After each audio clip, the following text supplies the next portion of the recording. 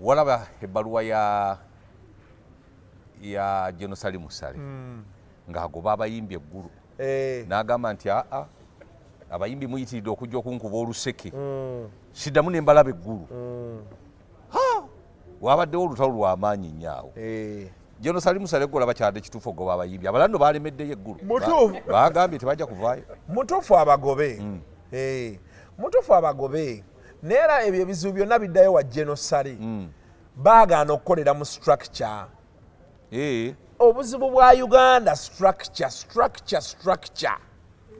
sisitimu yonna buli lwotakolera mu structure bye bino bye tulimu kazibeere kampani ezo z'olaba buli lwe zibeera nga teziri mu structure awo firimu weetandikira mu Uganda weewali abantu kasita amanya nti olina sente tava wuwo alinga balonzi ate mu Uganda teri bantu basinga kubeera bubi nga baserebu bali bubi nnyo kiki anti kati ffe tuliko public opinion kweza abaana gye bali eyo bali wano mu ndeeba wano batunda spare olunaku nannyuka nga injini akitunze miliyoni 4 nga yakireetera ku 15 n'afuna sente ze n'agenda n'anywa bbiya n'agulira abantu nga talina pressure yonna ng'alina mubi open n'ozanze kati ondaba ennyambadde ndi mubi open kati natudde wansi n'endowoozaamu tulina gye twakeereddeyo okukola ekitendi ne ngamba ate era nnyambale engatto ate era nkuba ebikalu nga bikumenyera bwiri ne ngamba nedda bentuula mu kamera mansalirako wano weebale nnyo okitegeera kati abaana gye bali naye Celeb kasita atandika keeping up appearances atandika okuyaayaana buli kiseera ayagala engatta empya atandisa okompitinga naani kati kyekyagoba n'abagagga mu bivvulu by'abayimbi Kasuku ngati gwerevu endala nnyo gy'oliko noba ng'olina miliyoni 4 ali ku akawunti nga n'ettaka waliguze n'otandika okuba omutima ate miliyoni 4 olowooza zirimu ki miliyoni 4 zirimu ki kwezi olaba wano wetutudde bee tuti ne tusaba ebyokulya n'ebyokunywa tugenda ogyetiga emitwalo 3 gavuddeko the cost of living here is high omusajja ava eka ewuwe ng'alina miliyoni 4 n'addayo ng'asigazaawo emu oba emitwalo 5 naye nga yabadde nazo tis reason to worry kati gwe teeberezaamu abaagenda nga bagenda kuddamu kizimba bupya wekiddamu okukwatira abo abantu abaffe bano bo babaleke tebabakuba nnyo nga bwe bali abaffe tulina basaasira busaasizi baava wano nga already bakukuta tebaagala tumanye nakumanya baava wano nga bakukuta bambi bagenze eri obulamu babugatta abamu tebunaba nakuyitamu atodde Kampala jiwavanga okukuta anti era mukoma era babeera balina kukuta. A'udhu billahi minash shaitani rajim. Bismillahir rahmanir rahim. Assalamu alaikum wa rahmatullahi wa barakatuhu. Nze Haji Kaboggoza omusomi w'edduwa ntereza ensonga z'amaka ebyenfuna n'endwadde ezitategeerekeka. Haji Kaboggoza omusomi w'edduwa nsiŋŋaanibwa ekitigoma ku lw'ejjinja. Bw'obanga otuuse ekitigoma mu ttawuni ku siteegi osobola okuba ku nnamba z'essimu ezo z'olaba zitambula. Gwe wenna ali ewala oyinza okuyita ku mukutu gwaffe ogwa WhatsApp ku layini eyo eya MTN obudde bwonna mbeerako. Mungi omulabi w'emikutu gyaffe gino nate nkwaniriza nnyo mu pulogulaamu yaffe y'olunaku olwaleero mwenkyaliza muganda wange Kasuku kuku wazabanga. Yes sebo. Nsanyusa okulaba muganda wange Kasuku. Kale sebo byebaleko. Kale sebo. Renasembo kola naawe wano. Yali mu twali tutandika November. Yes. Nga tumalako October noza nengende ebungereza ne banyambala abaana abo ku ntabo abaana abo ne banyambala ku ntabo naye nobireka nembireka kwezi nafunamu obuzibu kati kwezi nina sente zenjagala ate abaagala okuzimpa balina ebintu ate kati ebyo bakugaana ate kati Kasuku ovuma abantu so bagamba Kasuku abantu baleke bakuvume naye ate gwe boonooba obavuma naye ntuuko manyi luli nayina embeera nga saagalira ddala mmanya kaba kavubuka ne ŋŋamba era nina ddiiru ze nafiirwa awo waliwo brandi ezajja nti naye Kasuku twagala kuwa ssente naye oyanukula bakuyita kwanukula tukamu ng'oli mukambwe ennyo ne mbaga mutwale ssente zammwe n'ozigoba ebiseera ebyo nali nga ngoba ssente naye nako zino mpa nnyo ekitiibwa omuntu alina ssente kituufu n'azikuleetera tokyepankako nze ku ssente era kati yensonga lwaki olaba abantu bagenda kunninnyako nnyo bagende nange nze ku ssente onninnyirako ddala mukulu Kasuku bw'oba ng'ozirina nze azirina tanninnyako nze anninnyako anti abalina ssente ale tebamanyira bwe batyo munanga te bantu balamu bantu balamu naye kati bino ebyegamba ebirala byo bajja kunjogerako bakoowe neweerire ssente kale bwe tutyo bwe tutandise ne buganda Kasuku sooka obuze kuba tulaba abatulaba n'abatuwuliriza muli mutya mugamba mutya bwe tujje ne wakwezi tulina kuba bakakkamu nga twogera bintu bya bukakkamu nalabye bavuma honorable Kasibante nga bamuyisaamu eggaali honorable Kasibante yanyigira Nuupu bw'atyo naye bwali okyayogera ekifu owaye simanyi naye ennaku zino obuzibu bwe tulina cult support it's very dangerous but the good thing with such things it is just a matter of time ekintu kiwabudde budde ebyobufuzi byaffe essaala gyensaba eryemu ebyobufuzi byaffe byevolvinge olaba e Kenya balina ekintu kye bakola omuntu yenna ayingira ebyobufuzi nze era ebimu ku bikyaŋŋaanye okugamba nti oba ki ebyobufuzi olina okwebuuza ennyo nfuniramu wa awo buli muntu ali eyo weebuuza ekibuuzo ekyo nfuniramu wa oni pepa ebyobufuzi biraga nti ffenna tufunamu okitegedde naye inakyo sense abafunamu batini yensonga lwaki olaba nti Democratic Party ne ba Republican mu America tebaagala nakukkiriza muntu breaking a space eyo baagala kusigala ebibiina bibiri ebivuganya era bajja ne bakunnyonnyola nti buli omu ajja ne agenda ye n'ebintu byapushinga Biden yabadde afuga abantu bonna abasinga abali mu bifo eby'amaanyi yalina teekawo babe nga Trump era bwakoze kati nga Trump naye baalonze ababe kati mu Uganda wano wo bw'olonda ababo guba musango oli n'atamanya nti olina opushinga agendayo kati the question is gwe mu byobufuzi ng'obirimu ng'obiwagira kiki ky'ofunamu gw'owagira oba gwe wennyini ofunamu ki yensonga lwaki Kenya they keep making alliances okitegeera kufuna bulungi nnyo nti leero olaba Ruto baaliko ne Odinga ne Uhuru nga bawakanya Mwai Kibaki era Kigundi agenda okufuuka prime minister Odinga yali ne ba Ruto ne ba Uhuru ekyo ekisanja kyagenda okuggwako nga Ruto ne Uhuru beekutudde nabo bali ku lwabwe nga bali ku lwabwe era ne baleeta ekyabwe ate kati nga bavuganya Odinga kuba bagenda olaba nga osanga Odinga kuba Odinga alina abacukuyu buloko yennene y'abacukuyu ne wano bano abakalenjini bani abali awo waliwo obugurupu obuli awo obuleeta around 45%. 55% omukikuyu n'agireeta okitegeera kati Ruto alina okuba nga yamanya bwe naalemera ku Odinga chances ze ez'okuwangula ntini ku 45% batono n'abaluwo naye bennemera ku Uhuru already alina ssente Uhuru ekyokulala aliko amazzi gakulukuta gye gaali gakulukutiddeko taata we father of the nation he stands a bigger chance winning the election okitegedde Ruto n'agenda ne Uhuru Ruto baayingira najja nga vice president n'abamukakkamu n'amanya ki yamanya nti kasita oyingira mu structure ya gavumenti kiba kiwedde mu buli mbeera olina okukola ki okakkana kuba obeera olina abantu bomunda abajja okukuyambako ye n'amanya nti sigenda kurivalinga Uhuru kuba Uhuru amaanyi agayina naye Uhuru bajja mu kisanja ekisembayo aba afuluma awo kati buli muntu aba takyayagala takyalina kyeyetaaza Uhuru ate aba ayagala incoming eyali vice kati agenda okujja mu kavaisi nga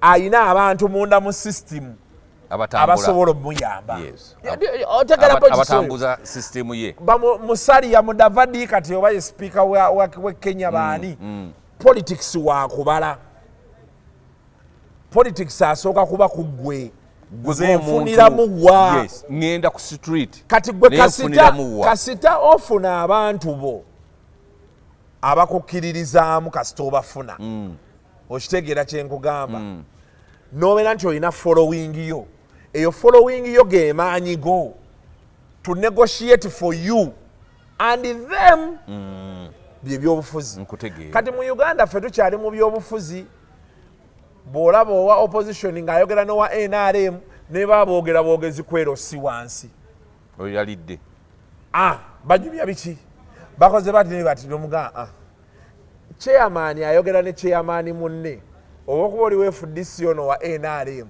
bateesa balina bye boogerako balina kubyabo oli n'akwata wansi ne waggulu ne ba chairman bo basigala sedeza stamp bazifuna bulungi nnyo kati gwe n'obeera ku ki ebyo nno bye bibuuzo bye tulina otandika okwebuuza nga tuyingira ebyobufuzi omuntu yenna ali eyo nze kati n'abakyali bange bangi bonna kati batandise onnoonya ebifo baagala wakwesimbawo okitegeera so kati buli kyokola naddala mu byobufuzi oyina okwebuuza nenfuniramu wa kiri very important ekintu ekyo kikulu nosanga omuntu ewe takyakola mirimu akeera bukeezi wa mubaka kukuba kadodi kukola ki naye omubaka bwagenda mu parliament onoofunamu kati kyekibuuzo Dr. Kiza Besigye bamulese nga kaguddeyo ne bamutwala mu kooti y'amagye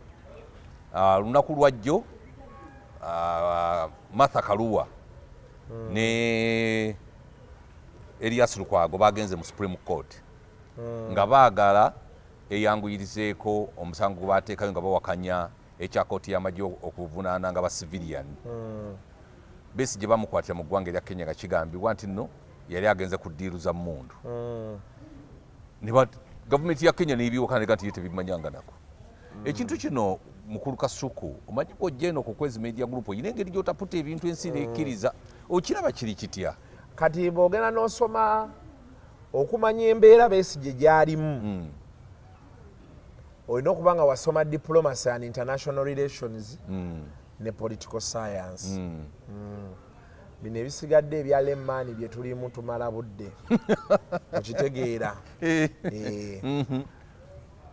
the truth is Besigye kuba bw'owulira mukyala we byayogera kirabika okuba Besigye alina embeera gye yali ayagala otteekawo mu ggwanga bw'owulira mukyala we byayogera mu zi interview kuba ye omukyala agamba nti bamusetinga up bamukubira ne bamusetinga up ye si bye yaliko bana abazungu abo bamusetinga up now olina otula nsi n'ogamba set up kitegeeza ki twatuuka tutyawo so okuva ku interview za mukyala we bw'oziraba zikupointinga nti they are strong pointers that whoever informed the government was right ku nsonga eyo okitegeera kyenkunyonnyola okusinziira ku kyendaba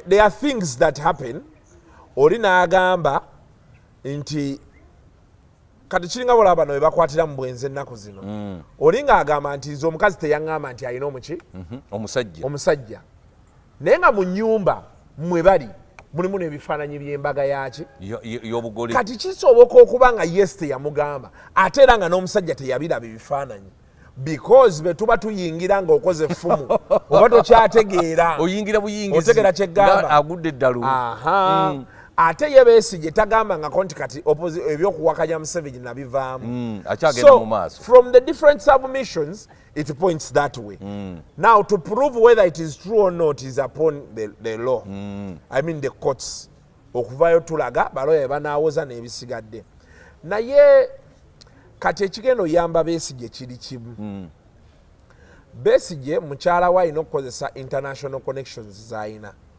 bayinsatinge pressure ku gavumenti yaffe emute oba emutwale mu kooti za bulijjo oba emutwale mu kooti ya bulijjo lwakuba nti ne gavumenti yaffe erina ekintu kyekola eyagala nnyo okukolera mu mateeka okitegeera kati kigenda kuba kitya bajja genda mu Supreme Court beneesalawo okwanguya omusango ogwo era Supreme Court egenda kugamba tebabatryingirayo mu gundi martial court. Mu court martial. But kijayita mu process. Ekyo singa ba diplomatic friends of Uganda, that is other countries, basalawo okubaako kye baagala okwogera. Bajja baga nti it is okay, ne tulinaayita mu process. Eyo nkola ya Mwami Museveni.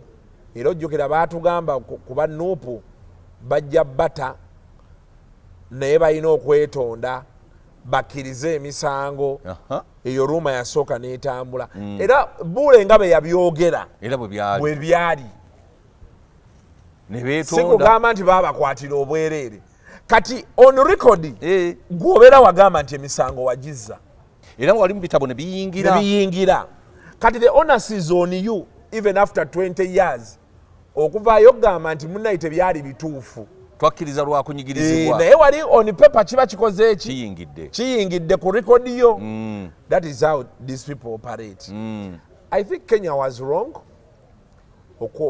Kenya tesobola kubeera nti ku Ruto nga bw'omumanyi ruthless as he is, even by just looking at him, he's a no joke man. Yes.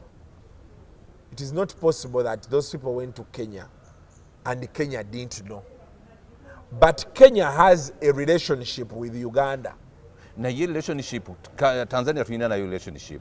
Naye tulaba bali bazajja Miru mukulu nti waliwo ebyakkanyizibwako. Kituufu. Andi kati Kenya is slowly moving in direction yaffe. Eya dictatorship. Genda direction yaffe nze toteeka mu bigambo.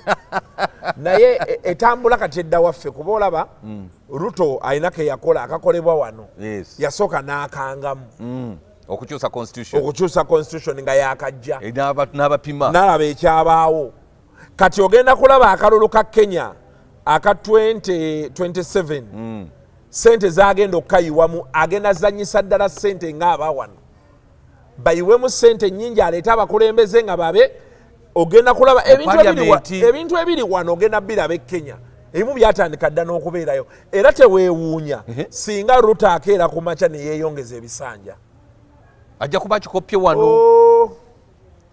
Kati enkolagana ya Kenya ne Uganda mu terms of top leadership eri bweti.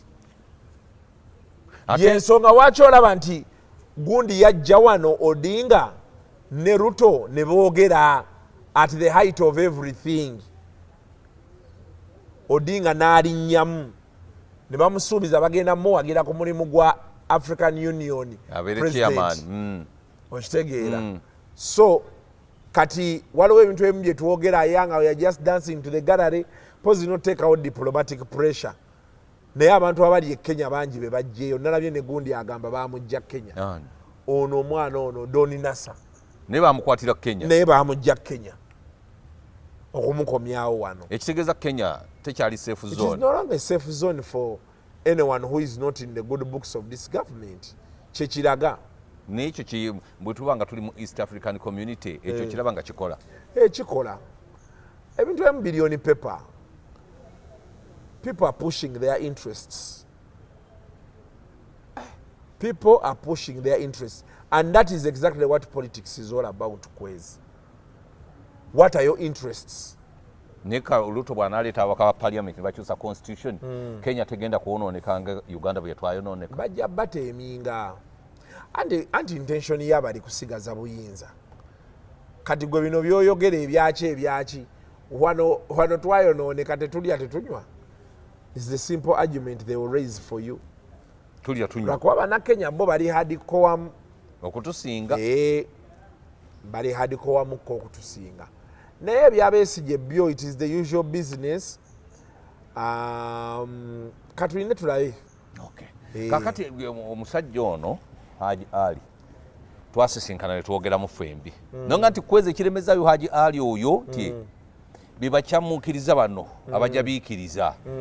Haji Ali olwaliro bamutadde. Kyenzirayo kugamba abantu. Kitegeeza ki ku musango gwa mukyala Zuula gwe yawaaba? Ogwo musango kati gulinga oguwedde. Okuggyako ng'eneeba mputtu.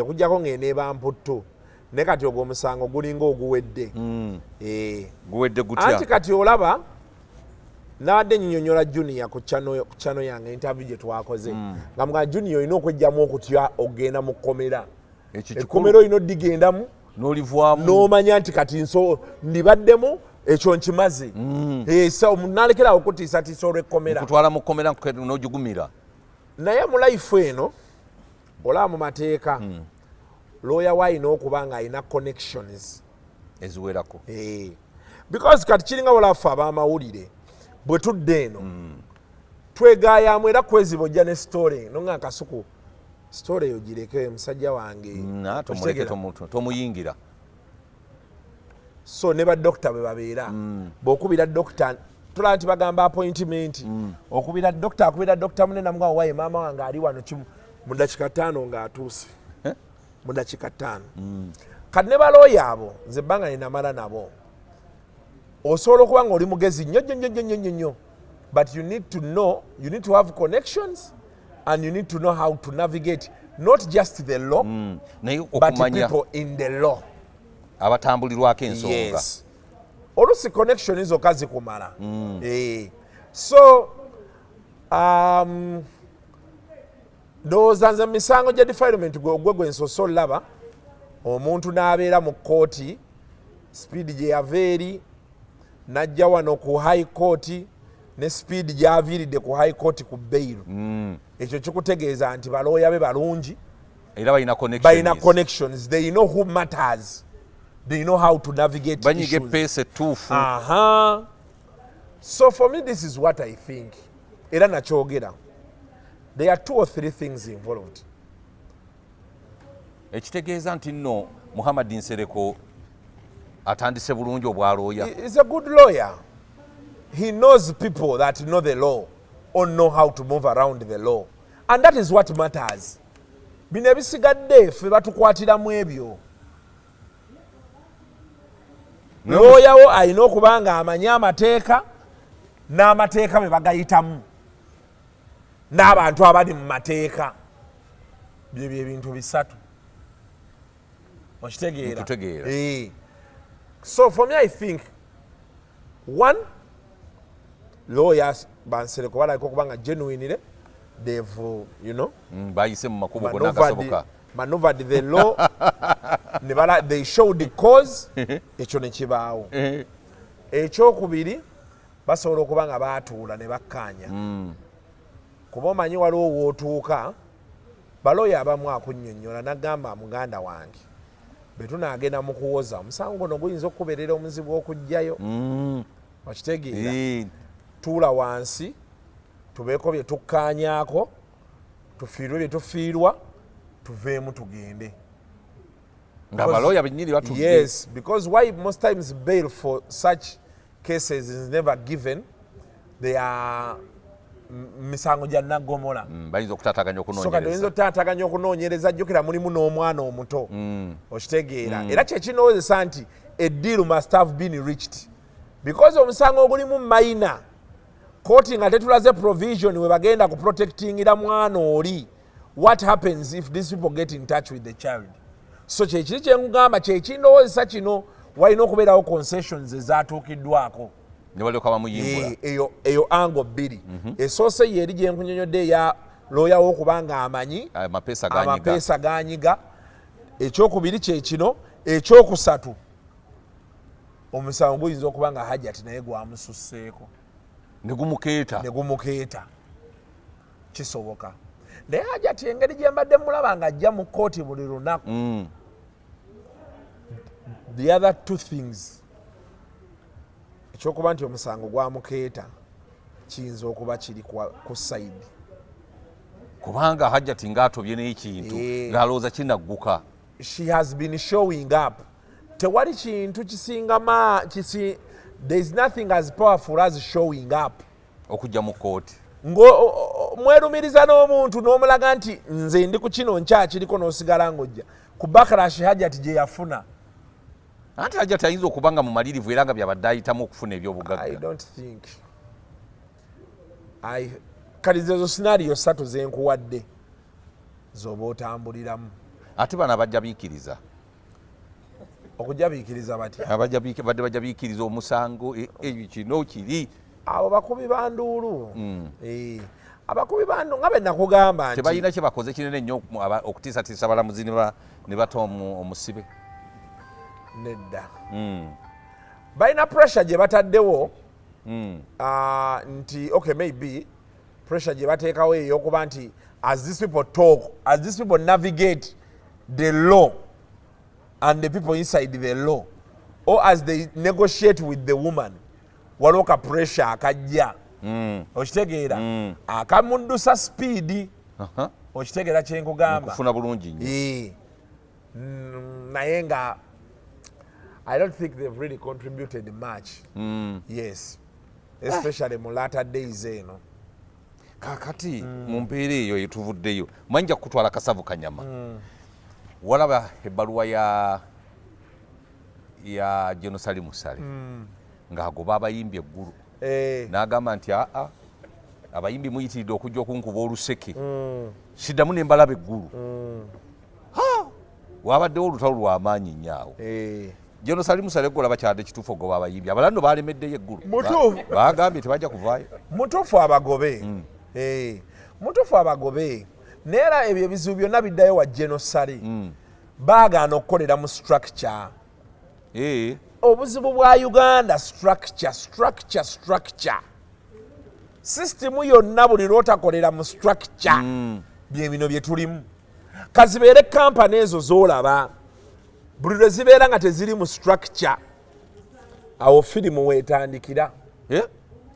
Kasita mukola structure ya kampani n'otandika olaba nga afumba mu kiyungu ayogera ne MD manya wano wagenda kujjawo obuzibu. N'otandika olaba nga receptionist ate ayogera ne general manager awabeerawo embeera najja n'agamba HR nze nayogedde ne MD yaŋŋambye leero sikola. Awo ng'omanya waliwo obuzibu. Genosale kasita baava mu structure sente nezitandika okuva eggulu. Sente ne bwoba oziyina nnyingi zitya fuula waliwo obeera ng'olina sente abantu ne bakusabiriza n'okoowa. Naye ng'olinamu sente zo era fuula abe tuba tukuba oluseke tulukuba selective oba ne kalenda nti mu January nja kgendako ewa Hamu, mu Febu ngendeko ewa Kwezi. Kati bigenda okwetolola byonna byonna Hamu addamu okulaba Desemba omwaka ogujja. Ogwo gwennyini Kasuku ng'obadde obuze mu mwaka omukubamu ebiri. Olina omuwa abantu, olina obba waamuwaazi tozunga buzunzi bw'otyo. Mu Uganda weewali abantu kasita amanya nti olina sente tava wuwo alinga balonzi. Ate mu Uganda teri bantu basinga kubeera bubi nga baserebu. Baserebu bali bubi nnyo. Kiki? Anti kati ffe tuliko public opinion. Kwezi abaana gye bali eyo bali wano mu Ndeeba wano. Batunda spare olunaku nannyuka nga engine yakitunze miliyoni 4 nga yakireetera ku 15 n'afuna sente ze. N'agenda n'anywa bbiya n'agulira abantu nga talina pressure yonna ng'alina mubi open n'ozanze kati ondaba ennyambadde ndi mubi open. Kati natudde wansi ne ndowoozaamu tulina gye twakeereddeyo okukola ekitendi. Ne ngamba ate era nnyambale engatto ate era nkuba ebikalu. Bikumenyera bwiri. Ne ngamba nedda bentuula mu kamera mansalirako wano. Weebale nnyo. Okitegeera. Kati abaana gye bali naye Celeb kasita atandika keeping up appearances. Atandika okuyaayaana buli kiseera ayagala engatta empya atandise okompitinga naani kati kyekyagoba n'abagagga mu bivvulu by'abayimbi anti nga bababeerako kuba oli kasita akulaba naga anjagala nnyo ogenda na muzeeyi njagala kulabako olugendayo n'atandika okusabiriza kino n'alanga okusabiriza kiri n'alanga okusabiriza kino n'okoowa. Bangambye Hamu naye yatandise okugoba. Yagoba dda.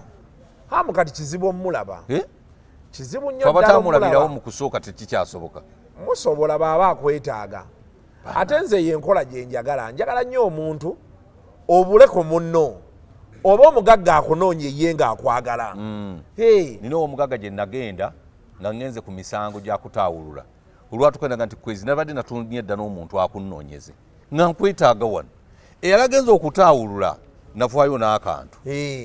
Naye kati tolaba awo wagenda ng'oli yuzifuulu naye kati abantu baffe buli kizibu kyafuna ate sente ezo zirina ebisiraani ezo sente za handouts kabeeraani nga yazikuwa obuwi kizibu nnyo owulira nti ono yazikozeemu kino andi kati ezo sente ozira kati kankuwe ku sente z'abagagga bawano ogendayo ng'ate naye ayinayo babbulooka awo nno namyalo wabasingira hajati namyalo talina bbulooka sente azikweweera naye wano nawulira wasalimu ssale bwe buba bukadde 10 babbulooka batwala 5 naawe n'otwala 5 simanyi mpulira biwulire nange kati ogenda omumaliriza osabye obukadde 10 oyagala kugula ttaka ate bakutemye ekiwato kwegamba byonna ne bikusobera kati baselebu bagenda kukola batya babaddeyo balemeddeyo baddeyo bayimbe bakamala emyezi 2 ng'omala gabagoba naye bwe banaalemerayo ennyajja bbawa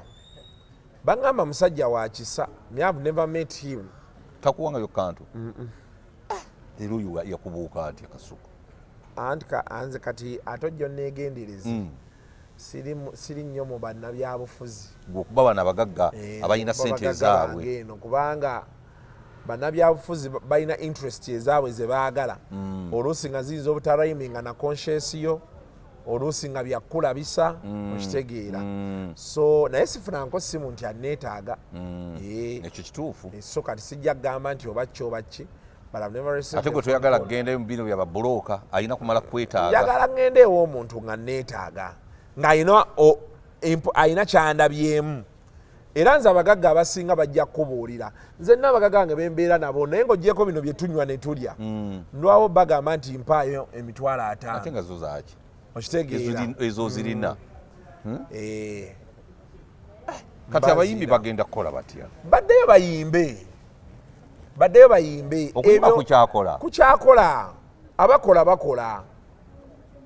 bakola Genosale akansolinge handouts abantu bagende ku Federation of Uganda Musicians Association bayitaawo bateekeyo ebizibu byabwe babawe sente kati ate Kenzo gwe babadde balwana anakkiriza okubateerayo ebintu anti kati kyekyo kye bagamba nti atakwagala ani omubbi bwawerekera atakwagala kati yesawa akubanja bwawerekera atakwagala structure Genosale musigale mu structure nkusaba abayimbi bayambe naye nga mubayambira mu structure ebintu abantu abo bakyalina okukola bingi UPRS esobola okuwa abayimbi abo sente ze baagala Genosale mubayigirize buyigiriza copyright publishing distributing babibasomese babateerewo embeera wano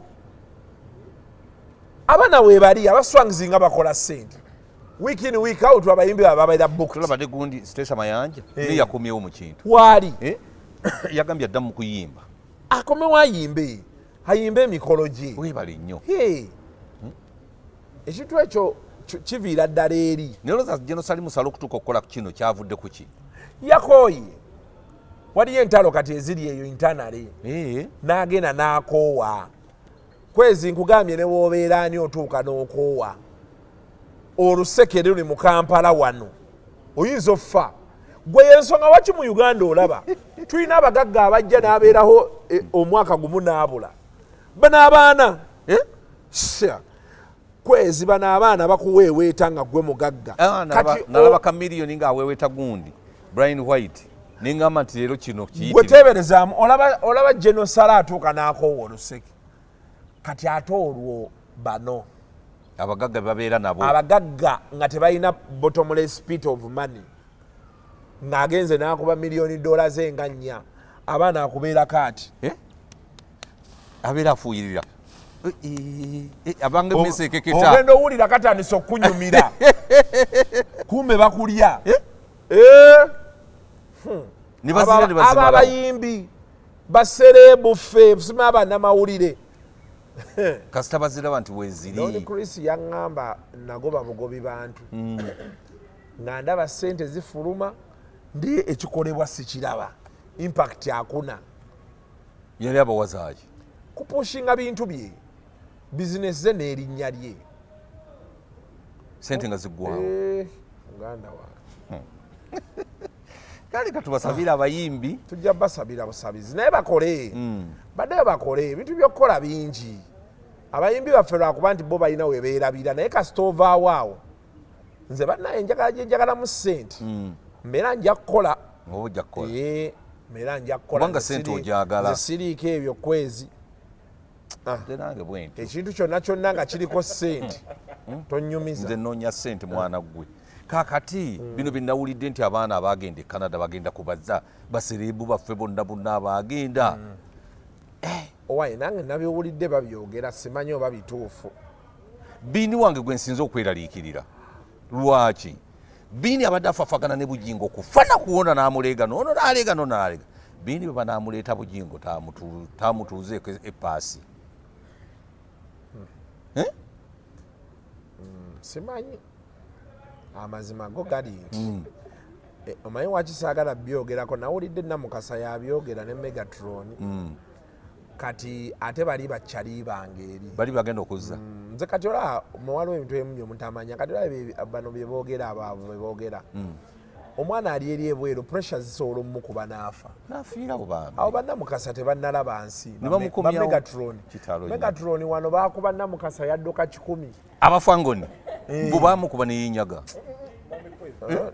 bannange teyayogera nti yenyaga saamanya naye yadduka oba okudduka baliko yatolooza nti no yaddukana kati pressure gye baliko tusooke tubaleke bye biba nga bituufu tusooke tubaleke kuba kati muganda wange gwomanyi okufiirwa emyaka mu Uganda yakakati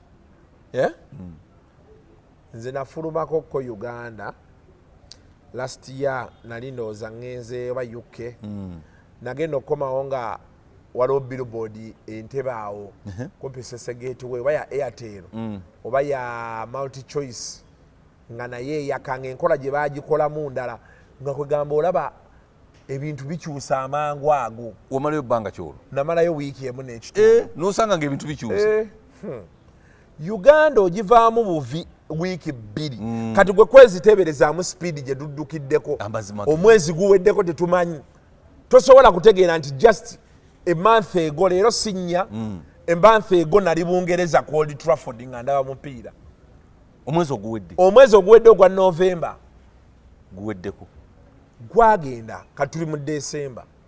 That is how fast things move. Kati omuntu eyagenda nga haji bamusibye olunaku leero bamutadde ali ediskini bamusiba ne bamuta mu mwaka gwe gumu mu period ya wiiki emu yeyo speed Uganda kweddukira kati gwe teeberezaamu oli eyagenda ate akomewo atandika okugatta obulamu obupya. You have to feel sorry, you have to be empathetic nokakkana okitegeera olina basaasira ekintu kino si kirungi kuba kati ate abasinga bali eyo naye era tebannafuna footingi luli baatugambanga nti e Canada waliyo emirimu tewali mirimu nayo ate omuzungu yaleese chapter kati gye yaleese America yokka Trump yagambirawo mujja kuddayo gye mu mawanga gye mwafa kati bano malaba abo baliyo muboogera bo baseka busesi omuntu yatunda ennyumba ye yatunda ettaka agenze gwomanyi oyogera ebintu ebyo naye bitaba bituufu gwomanyi taso ayiza obutava mu buliri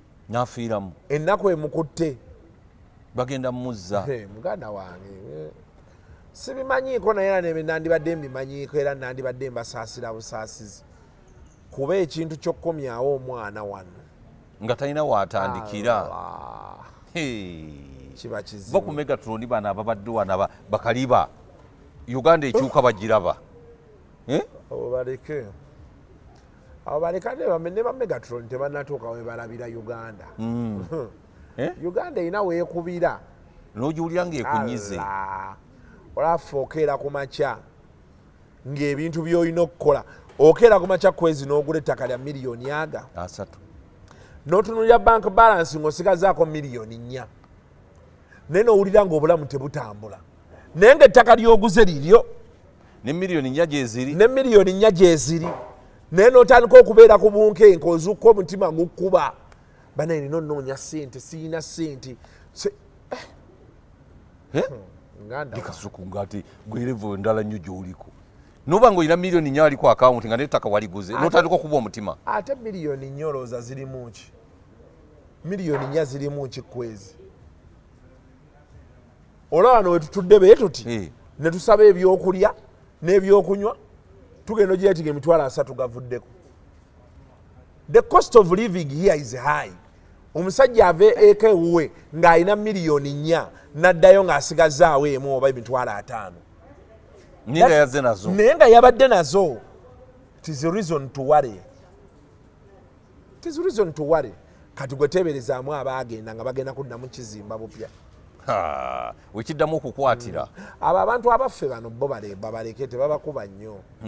Nga bwe bali abaffe. Tulina basaasira busaasizi. Baava wano nga already bakukuta. Tebaagala tumanye na kumanya. Baava wano nga bakukuta. Bambi bagenze eri obulamu babugatta abamu tebunaba na kuyitamu. Atodde Kampala. Gye wavanga okukuta. Anti era mu nkoma era babeera balina kukuta. Babaleeta nga n'essaati empya gye yagula eri takyasobola jjamba. Oveeyo n'oba ng'avudde eruzira nga oli mu bantu naye nga tolinawo otandikira. Okitegeera anti ogenda okudda kati for example Keizi bwe yagenda omwana gwe yalekanga junior we ng'ali eya kati yadda mu kifo kye. Sobola okukomawo omwana yadda mu kifo kyo yagula emmotoka n'agula n'akataka azimba naye nga maybe gwe wagenda tobikoze. Kati okomawo omutunuulira booti weebuuza ebyo ebisinga omumenya abakubi b'ekyeyo emitima. N'agamba kuba ffe jjukira wano bwe tubeera mu mina ebyokuleekaana bye balabako bye balaba eno tuba tufefeta. Naye nga wano waggulu tulaga eno tuli mu kufefeta. Tuli mu kufefeta. Kati omuntu ogenda ogira booti ng'oli omuganti eyo nnyumba ya kwezi. Eyo motoka ye buli buyumba ye bw'abapangisa wayisawo emyaka egyo 5 ng'onaakomawo alaga nti nkomyewo ne miliyoni 10 njagala kugula 10 ku 5 njagala gigula kyanja. Ekyaliyo ekyanja 10 ku 5 ku miliyoni 10 zikyaliyo gye ziri ne ku miliyoni 7.5 olina kumanya mumanyani gw'oyogera wagulira ku mmeka eyo naye ekyanja nagigulirwa ku miliyoni 5 wagula ddako last year.